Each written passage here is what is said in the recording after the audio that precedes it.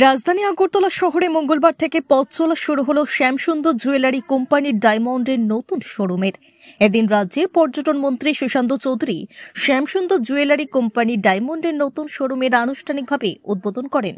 ডায়মন্ডের নতুন শোরুমের উদ্বোধন করে পর্যটন মন্ত্রী সুশান্ত চৌধুরী বলেন, প্রিয়জনদেরকে কোনো কিছু উপহার দিতে হলে এমন কিছু উপহার দেওয়া প্রয়োজন যা চিরদিন তারা মনে রাখেন। এ ধরনের উপহারের মধ্যে ডায়মন্ডের বিকল্প কিছু হতে পারে না। যাদের সামর্থ্য আছে তাদেরকে ডায়মন্ডের উপহার প্রিয়জনদেরকে দেওয়ার জন্য এদিন পরামর্শ দিয়েছেন পর্যটন মন্ত্রী।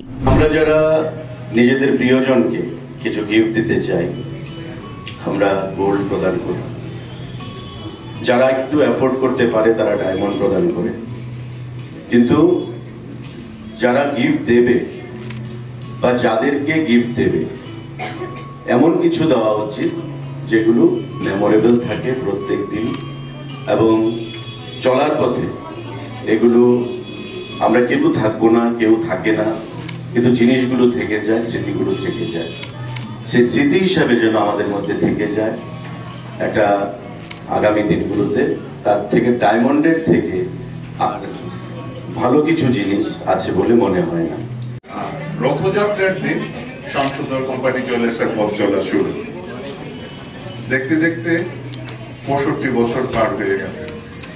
এই 65 বছরে শ্যামসুন্দর অনেক চড়াই, অনেক উতরাই পার করেছে, এবং এই সবটাই করতে পেরেছে শুধু আমাদের রাজ্যবাসীর আশীর্বাদের জন্য।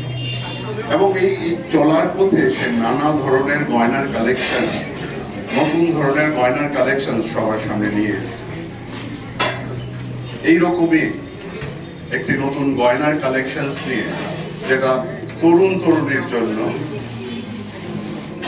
আজকে আপনাদের সামনে আমরা হাজির হতে চলেছি।